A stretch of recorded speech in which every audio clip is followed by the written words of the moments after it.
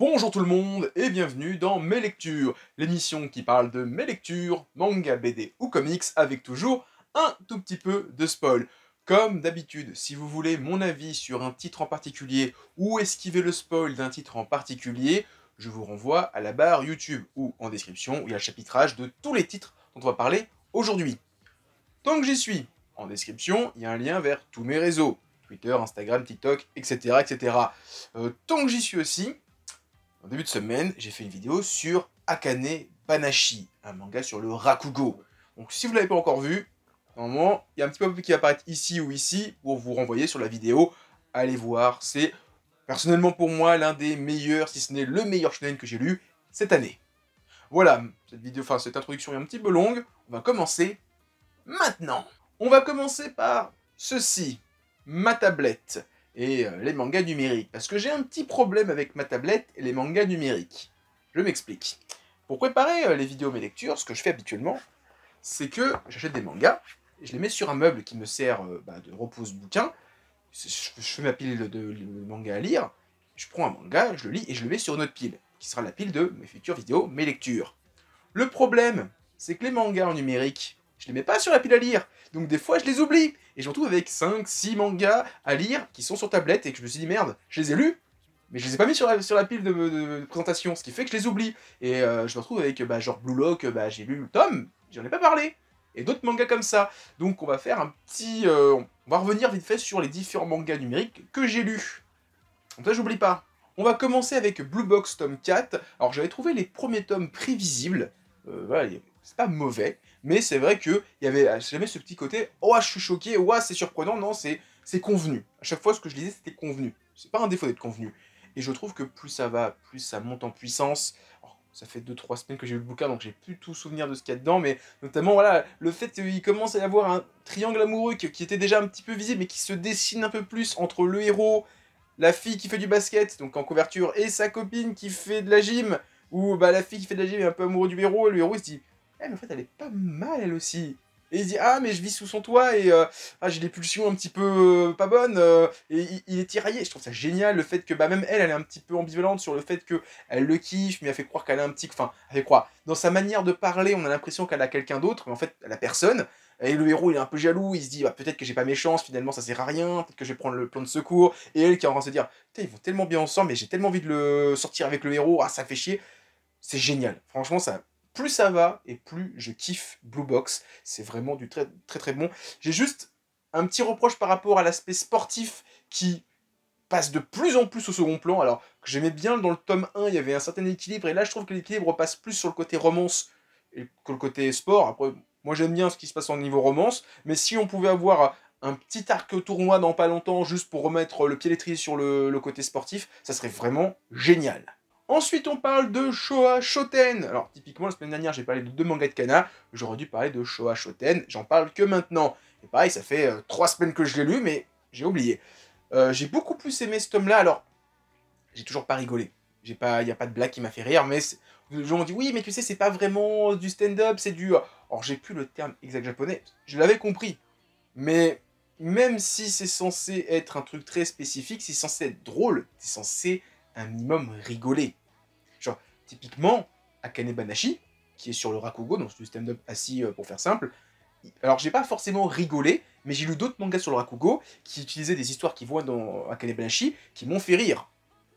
Dans Showa Shoten, je comprends l'humour, je comprends ce qu'ils essayent de faire. Typiquement, dans ce tome-là, il y a un petit arc tournoi, où on voit différents duos qui se forment, et c'est cool, ça, vraiment, les duos qui se forment et qui ont chacun leur style bien à eux.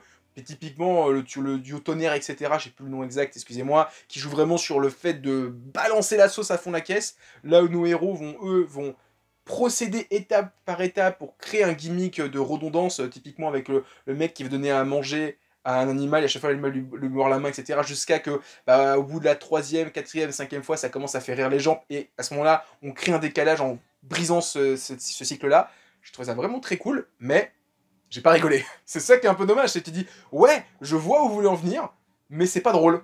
C'est ça qui est triste, parce qu'en même temps, peut-être qu'on t'explique la blague en même temps, ce qui fait que ça marche un petit peu moins, mais dans l'ensemble, j'aime un peu plus. Alors j'avais vu que le tome 1, j'étais un peu en mode, si ça continue comme ça, je je vais arrêter. Après, le fait peut-être que j'ai pas acheté le manga à 7 euros, mais 5 euros, peut-être que je relativise un petit peu aussi. C'est ça aussi la magie du manga numérique. Mais en tout cas, je vais continuer en numérique, ça c'est sûr et certain. Ensuite, petit point sur Jujutsu Kaisen, tome 21, je continue en numérique. Et alors, je pense que plus ça va, plus je vais mettre en pause mes lectures de Jujutsu. Pas parce que c'est mauvais, mais c'est vrai qu'on enchaîne des arcs qui sont très longs, et j'ai du mal à suivre, avec un rythme de parution, on va dire un tome tous les 2 3 mois. Quand je reviens sur le tome, j'ai pas forcément en mémoire tout ce qui s'est passé avant. Là où, c'est comme l'arc de Shibuya, où moi j'ai kiffé des passages, mais dans l'ensemble, j'ai pas de grands souvenirs de tout ce qui s'est passé dans l'arc. Et là, en le revoyant avec l'animé, je kiffe beaucoup plus Shibuya, et j'avais envie depuis quelques temps de me relire Shibuya. Là je vais revoir Shibuya avec l'animé, et une fois que l'animé sera terminé, je pense que je vais réenchaîner ce qui s'est passé ensuite en manga. Donc je vais peut-être laisser un tome ou deux en pause sur Jujutsu et reprendre une fois que ce méga arc de Battle Royale sera terminé. Mais j'ai beaucoup aimé le passage avec Panda et sa fratrie, on découvre enfin ce qu'est sa grande sœur. On ne sait pas encore comment il a été créé, enfin on sait comment il a été créé, mais on sait pas comment ça s'est procédé.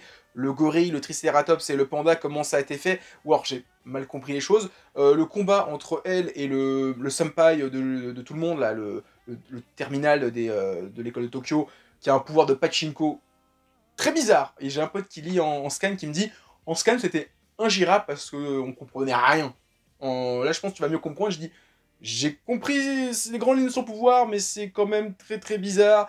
Et je pense que une seconde lecture sera d'autant plus appréciable pour apprécier cet arc-là de Jujutsu Kaisen. Ensuite, on parle de Shirulan, tome 16. Alors, je suis passé au manga numérique, enfin, pour Shirulan. J'adore le manga, mais il y a 40 tomes au Japon, ou 36 ou 38. Je me vois pas avoir 38 tomes de Shirulan, je sais pas où les mettre. Donc, je préfère les prendre en numérique, et je pense que je vais revendre les 15 tomes pour les reprendre en numérique. Parce que j'aime beaucoup Shirulan, mais c'est juste... Il y a beaucoup de mangas déjà ici, oh non, je peux pas tout stocker.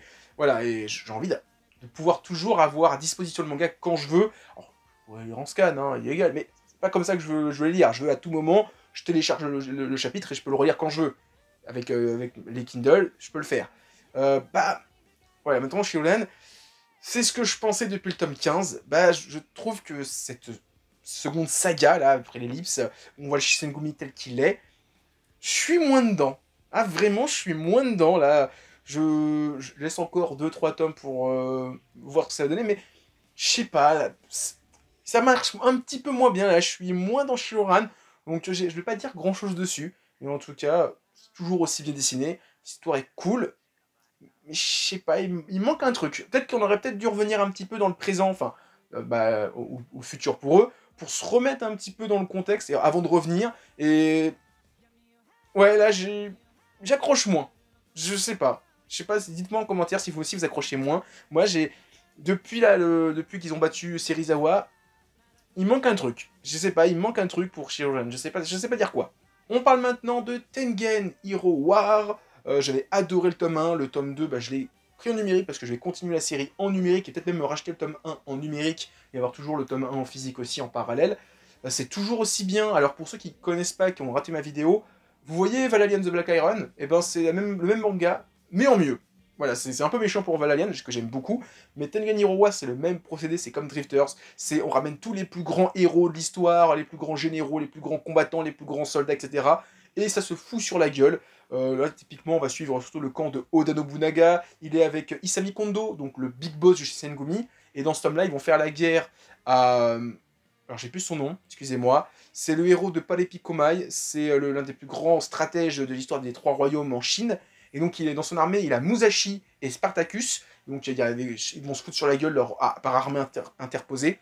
Et chacun des généraux a un pouvoir. Genre typiquement Spartacus il peut créer un bouclier, Isami Kondo il peut briser les boucliers. Et il y a un duel entre Isami Kondo, qui est un peu un samouraï blasé parce que il a une époque où les samouraïs n'ont plus vraiment lieu d'être. Il va affronter Musashi, qui lui a un pouvoir, il peut créer un dôme, on se fout sur la gueule. C'est génial. Et donc à la fin du tome, il y a un combat entre les deux qui est vraiment ouf. Et on nous dit à la fin du tome que dans le tome 3, on va avoir une bataille entre Napoléon Bonaparte, l'empereur de France, face à Hannibal Barca, le mec qui a fait trembler Rome. Les mecs, ils ont 2000 ans d'écart. J'ai hâte de voir comment ça va se foutre sur la gueule. Parce que Hannibal Barca, il est quand même connu pour avoir fait des plans qui ont fait trembler l'Empire romain. Et là, tu as l'empereur d'Europe, celui qui a conquis quasiment toute l'Europe, qui a fait un empire de la France jusqu'à quasiment aux frontières de la Russie, avant de se faire casser la gueule par les Anglais et les Russes.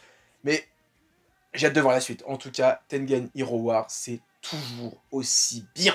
Et on finit ce tour d'horizon des mangas numériques avec Blue Lock, tome 16. Donc on est toujours dans le match entre l'équipe du Blue Lock face à l'équipe des espoirs des moins de 21 ans. On a l'arrivée de Balo qui rentre dans l'équipe du Blue Lock. C'est toujours aussi bien. Alors on a un petit flashback sur ce personnage-là qui nous explique que il a d'abord été attaquant, il s'est rendu compte que c'était pas un bon attaquant, qu'il a fini par devenir défenseur par rapport aux histoires avec les coachs, comment il voit les joueurs, etc. Franchement, Blue Lock, c'est de la bonne. J'ai pas grand chose à dire de plus. En même temps, ça fait 3 semaines que j'ai vu le tome, donc j'ai plutôt en mémoire. Et j'en profite aussi pour dire que j'ai pris du Blue Lock en physique, j'ai pris le guidebook. Donc Blue Lock Égoïste Bible, le guide officiel. Donc j'en ai parlé la semaine dernière avec Food Wars, hein, c'est juste un recueil de personnages, d'informations. On va voir les stats sur chacun des personnages. Par exemple, là, ici, on a Gin Gagamaru. On sait qu'il était 296e. Et là, il y a toutes les explications. Il est né le 2 janvier, il a 17 ans, il est Capricorne, il fait 1m91, il fait 45 de pointure, il a 6-0 sur aux deux yeux, il est groupe sanguin 0. Enfin, voilà, il y a plein d'infos sur tous les personnages. Voilà, c'est pas hyper intéressant. Je voulais faire une vidéo sur 50 trucs que vous ne savez pas sur Blue Lock. Voilà, vous prenez ce bouquin-là, comme d'habitude. C'est sympa. Alors, ce que je trouve intéressant, c'est qu'il y a une petite interview de l'auteur à la fin. Et surtout, on a le droit au chapitre 1, au pilote en version Nemu crayonné. Donc c'est vraiment super cool d'avoir ça sous les yeux. On a des petits croquis des personnages, comment ils ont été pensés à l'origine. En tout cas, voilà, je voulais parler... Franchement, si Blue Lock, je garde un tome dans ma collection, ça sera sûrement le guide officiel. Ça me fera un petit rappel que j'ai Blue Lock dans ma collection. On passe maintenant à du très très lourd avec Blackjack tome 2. Alors j'aurais pu l'acheter à la Japan Expo, je devais l'acheter à la Japan Expo et j'ai oublié de l'acheter à la Japan Expo. Donc je l'ai acheté que récemment, quand il est sorti, avec le dernier tome de Cobra. J'en parle la prochaine fois Cobra, ne vous inquiétez pas, c'est juste que je ne peux pas présenter deux titres de Isan en même temps. Dilue un petit peu les lectures. Donc ce tome 2 de Blackjack, je vais pas dire grand chose, je vais juste vous donner 3-4 histoires que j'ai beaucoup aimées. Alors, juste par rapport au résumé. J'ai beaucoup aimé Ne tuez pas cet enfant, où en fait il y a une opposition entre un mec qui veut tout faire pour soigner les gens, et Blackjack qui va faire le minimum syndical, enfin, va faire ce qu'il peut, et à un moment il y a un combat, il y a un duel entre les deux, on dit oui, mais tu aurais pu faire ça pour sauver cette femme, il fait oui, mais le problème c'est que si on fait ça, bah, ça va pas être bien. Et donc le mec se rend compte que ouais, tu peux être un guérisseur, fais ce que tu veux, mais au bout d'un moment, bah, il y a des contraintes par rapport aux patients, par rapport aux médecins, etc. Et il y a cette prise de conscience par rapport à ce personnage qui est vraiment cool. J'ai beaucoup aimé Le garçon mort 2 fois, où il y a un gamin qui commet un crime, il s'enfuit, il meurt, Blackjack le ramène à la vie, pour qu'ensuite il soit condamné à mort. Horrible. J'ai beaucoup aimé Cendre et Diamant, où donc je crois qu'en plus il y a l'apparition de Yaki, donc un docteur Yaki, qui est une référence à Yakimaru, le héros de Doro et Doro, qu'on lui demande, il y a un mec qui est Papy Moustache, qui est un personnage emblématique de Tezuka, il dit oui, Blackjack il m'a mis mes diamants, c'est toute ma richesse dans mon corps, je veux être sûr qu'ils y sont encore. Donc il opère, il se rend compte qu'il n'y a pas les diamants. Il va voir Blackjack, explication sur l'argent, etc. Il lui remet, et le mec, en faisant le con, parce qu'il est riche, il meurt, c'est tout. Avec ses diamants, on lui retire, et puis basta, il est cendre, voilà. Tout le titre, Cendre et Diamants. Et j'ai beaucoup aimé la prêtresse Shiraha, donc qui est une femme qui maudit un petit peu les médecins par rapport à une maladie où les enfants ont une peau en écaille. Et à la fin, il y a un plot twist qui est génial, que j'ai beaucoup aimé. Et alors, aussi, ce tome-là, c'est alors l'introduction, la mise un peu plus en avant du personnage de Pinocchio, donc qui est l'assistante, l'amoureuse, fiancée, la petite gamine qui va accompagner Blackjack, qui est apparue brièvement à la fin du tome 1, c'est la fille la fille qui était dans le corps d'une femme, enfin de sa sœur, et donc qui a grandi à côté, et qui était invisible, si je dis pas de bêtises, et où Blackjack a créé son corps, donc d'où le nom de Pinocchio, parce que ça fait sûrement référence à Pinocchio. Voilà, en tout cas, Blackjack, j'ai beaucoup aimé, c'est vraiment super bien. Bon, il y a encore 15 tomes, mais voilà, en tout cas, pour l'instant, 2 tomes, j'aime beaucoup. Ensuite, on parle de Mad in Abyss, tome 11. Alors, c'est un tome qui vient démarrer une nouvelle quête, un nouvel arc, parce que, ça y est, on a quitté le village des ombres, si je dis pas de bêtises, et donc, Liko, Nemu, Liko, Legu, Nanashi, et il y a aussi la fille en noir, là, qu'on avait vue dans l'arc d'avant, qui continue leur ascension, leur descente dans les abysses. Alors il y a d'autres personnages qui sont introduits, qui sont en haut de l'abysse, et qui d'un coup sont propulsés en bas. On sait pas trop comment ils ont fait le speedrun du premier au dernier étage, qui croisent nos compagnons. Je sais pas trop quoi en dire pour l'instant, parce que c'est le début d'un nouvel arc. Donc là, il n'y a pas grand chose à dire. Ça pose des bases. À voir par la suite. En tout cas, le prochain tome sortira dans 8 ans. Donc d'ici là, j'aurai tout oublié de Madin Abyss. Mais en tout cas, c'est toujours cool. Alors par contre, je suis assez surpris. Alors est-ce que c'est un délire japonais? Mais avant, il y avait des petits dessins dégueulasses, là, sur les couves, qu'il n'y a pas sur ce tome 11. Alors est-ce que l'auteur en a eu marre? Ou est-ce que Ototo a lâché l'affaire? Parce que il y avait des pages il y avait des images qui étaient quand même à caractère, on va dire, tu vas en prison, parce que tu avais quand même des gamines qui étaient torturées, ou à poil. C'était pas forcément, voilà, Peggy 18, mais ça fait partie de l'ambiance, et ça fait bizarre de plus les avoir. On passe maintenant à Kurokawa et Hippo saison 6 tome 21. Alors je crois que j'ai dit une connerie la dernière fois que j'ai parlé de Hippo en disant ouais ce sera le dernier tome, et en fait j'avais vu l'info, mais j'avais un petit peu oublié le fait que, oui, Kurokawa a décidé de plus faire de saison. Je trouve ça un peu dommage, parce que j'aimais bien le système de saison. Tu disais, au moins, ça faisait un gros arc, etc. Donc là, maintenant, Hippo n'aura plus qu'une 6e et dernière saison qui va faire on ne sait pas combien de tomes. Donc là, le tome 22 sera le prochain. Alors, c'est chiant, parce que ceux qui avaient des gommettes pour faire tome 1 continuer, la numérotation va être un peu baisée, ou alors ils vont mettre les gommettes sur le tome 22. Je sais pas trop comment ils vont faire. Moi, j'aimais pas trop mettre les gommettes, je trouve que c'est un petit peu moche. Je pense qu'ils auraient dû garder juste le principe des trucs et mettre peut-être un 6 ou quelque chose comme ça. Ils auraient dû faire quelque chose. Bon, enfin, ils ont fait un truc, mais peut-être dans l'autre sens. Maintenant qu'ils font un peu une sorte de rétropédalage où la série va se continuer pendant X tomes pour la saison 6. C'est un peu bizarre, ils auraient dû continuer le système de saison, personnellement. C'est mon avis. Le tome précédent, c'était le combat entre comment il s'appelle, Sendo face à Gonzalez, qui était terminé dans le tome là, donc, dans le tome 20. Donc là, c'est la suite de ça. Donc là, on fait la victoire de Sendo. Et on utilise surtout le prochain combat de Takamura, qui va affronter le big boss d'une fédération qui s'appelle Ryu, quelque chose. Alors, j'ai aussi beaucoup aimé, c'est quand Hippo revient du Mexique, il ramène pas mal de masques de lutteurs mexicains, luchador, et donc ça fait des références à plein de choses. Il y a une référence à Kinnikuman avec le masque de Nuiman ou Ramenman, et pareil, alors je pense que c'est une référence à ça, Takamura, le visage du héros de Shangri-La Frontière. Voilà, c'est des petites références qui sont mignonnes. J'ai hâte de lire le prochain tome, parce que le prochain tome, ça va être un combat de Takamura, et c'est à chaque fois des grosses dingueries. On parle maintenant de Spy Family, tome 11. Spy Family, je commence à avoir un semblant de désintérêt. Je trouve que le titre commence à tourner un peu en rond, même si on a l'arrivée de nouveaux personnages, même si ce tome est très bien, avec un gros arc, parce que c'est quasiment le tome entier est consacré à une prise d'otage qui est vraiment prenante, avec Anya qui sait qu'il n'y a pas de bombe, il n'y a pas de pistolet, il n'y a pas ceci, il n'y a pas cela, et en mode « moi j'ai pas peur », et tout le monde fait « mais t'es folle Anya ?» fait « hop, le collier qui fait boum, t'inquiète pas, ça fait pas peur ». Tout le monde dit « oh putain, on va exploser à cause de cette conne ». Je trouvais ça très drôle, mais mine de rien, le fait qu'après 11 tomes, t'aies pas l'impression qu'il y a une progression vis-à-vis du plan de Lloyd, ça commence à faire long. C'est juste...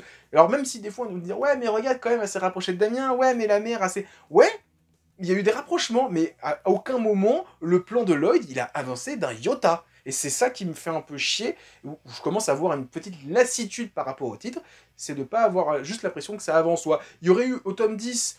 Alors, il l'a rencontré, mais juste, il commence à avoir une information, il commence à le croiser, il faut juste maintenant trouver un prétexte à chaque fois pour se retrouver, j'aurais kiffé. Mais là, j'ai l'impression qu'on a eu 10 tomes, 11 tomes, c'est un peu méchant, mais d'hors série. Pour l'instant, il y a pas eu beaucoup d'événements qui ont été importants pour la quête de Lloyd. Il y a eu des événements cool, il y a eu des moments de relations entre les personnages qui sont géniaux, je kiffe. Mais c'est vrai que le propos de base de l'histoire, c'est quand même Lloyd qui doit rencontrer le père de Damien, enfin le père d'Espawn, là, machin. Ça évolue pas beaucoup. Et ça m'enquiquine un petit peu, et ce qui fait que, des fois, j'ai envie d'arrêter la série et de la continuer en numérique. Mais les tomes sont pas toujours tout de suite en numérique, ce qui me fait un petit peu chier. Mais je pense, très honnêtement, que quand la série va être terminée, en fonction de comment elle se termine, si vraiment je surkiffe la fin, je la garderai en physique. Mais si je suis un peu moins, je pense que je revendrai tout et je les reprendrai en numérique. Mais ça, seul l'avenir me le dira. En tout cas, ça reste cool. Comme je dis, j'ai beaucoup aimé le tome, mais dans l'ensemble, sur 11 tomes de Spy, je commence à avoir une lassitude. Et ça devient un petit peu gênant. On termine les titres de Kurokawa avec Pokémon Épée et Bouclier tome 6. Alors je suis assez surpris, je pensais que ça serait le dernier tome de cet arc, et finalement il y aura au moins un tome 7, qui sera peut-être le dernier, parce que dans ce tome-là, on termine l'arc de l'île Isolarmur, je crois. Et en parallèle, on a un petit peu l'histoire de Kuronesh qui avance. Le tome se termine avec l'arrivée de Articodin, Elector et Sulfura de Galar. En théorie, il reste plus que le petit arc par rapport au mec qui a sa couronne, le roi, Silveroi, et c'est fini, il n'y a plus rien à raconter. Donc je pense, là avec des grosses guillemets, le tome 7 devrait être le dernier. Je pensais déjà que le tome 6 serait le dernier, mais voilà. Ça reste cool, j'ai beaucoup aimé le fait de mettre en parallèle Nabil, le mec fée, la fille ténèbres, les champions d'arène fée et ténèbres à la fin de la série, à la fin du jeu, aller à Kuronesh pendant que épée et bouclier sont à Isolarmur avant de les rejoindre pour l'acte final. C'était vraiment cool, ça permettait de pas avoir un enchaînement. Juste, on a fini ça, on passe à ça. C'est vrai que s'ils avaient fait comme le jeu, ça aurait fait juste un chapitre, un deuxième chapitre. Et là, au moins, ça fait un fil conducteur qui est vraiment bien foutu. En tout cas, vivement la fin, si le tome 7 est le dernier. Et on termine cette vidéo mes lectures avec non pas une lecture, mais de la beauté. Manben, l'artbook de Naoki Urasawa, que j'avais pas pris tout de suite, que j'ai mis un petit peu de temps à prendre. Et donc, c'est un artbook, donc c'est, comme son nom l'indique, toutes les pages, enfin une bonne partie des pages couleurs de l'auteur, qui fait un très bon complément, parce que moi j'avais récupéré le guidebook de l'auteur, qui est sorti chez Panini il y a avant le Covid, donc c'était un immense interview, on revenait sur toutes les œuvres de l'auteur, de son premier titre jusqu'à Billy Bat, parce que Asadora n'était pas encore sorti. Donc là, je crois qu'il n'y a pas du Asadora dedans, je sais plus, j'ai pas tout regardé, hein. Je l'ai feuilleté dans les grandes lignes, mais j'ai tout vu, mais je ne crois pas avoir vu de Asadora, mais je dis peut-être des grosses bêtises, je le refeuille en live avec vous. Je ne vois toujours pas de Asadora, donc je suppose qu'il n'y en a pas. Non, je vois pas d'Asadora. Ah non, ça c'est... Non, il n'y a pas de Asadora. Bon, après c'est pas grave, c'est un très bel artbook, bon, qui est un petit peu cher. Non, 25 euros, je trouve que c'est honnête pour un bouquin qui fait plus de 200 pages avec plein de pages couleurs, en plus un grand format. Prenez un tome de Pokémon, voilà. Je vais prendre un tome de... Juste là, mon tome de Madinabis. Il est, voilà, il est gros, il est épais. Et en plus, alors ça, c'est le genre de choses que peu de gens savent.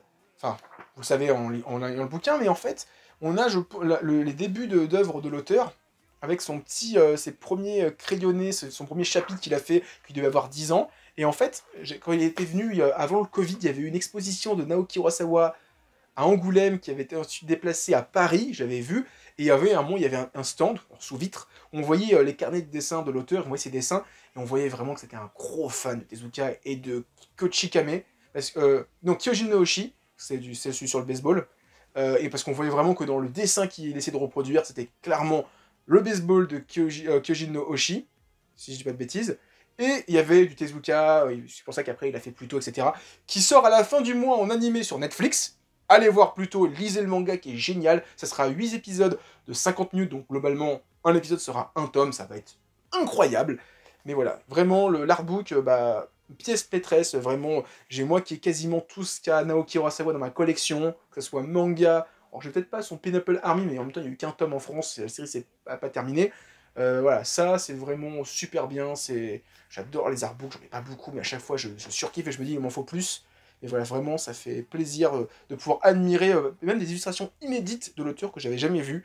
Ça fait vraiment chaud au cœur, et vraiment, je vous conseille chaudement Manben de Naoki Urasawa. Donc c'est l'artbook de Naoki Urasawa, avec cette super calligraphie qui doit sûrement vouloir dire Manben. Mais en tout cas, vraiment... Après, c'est juste un petit peu dommage, c'est tout blanc.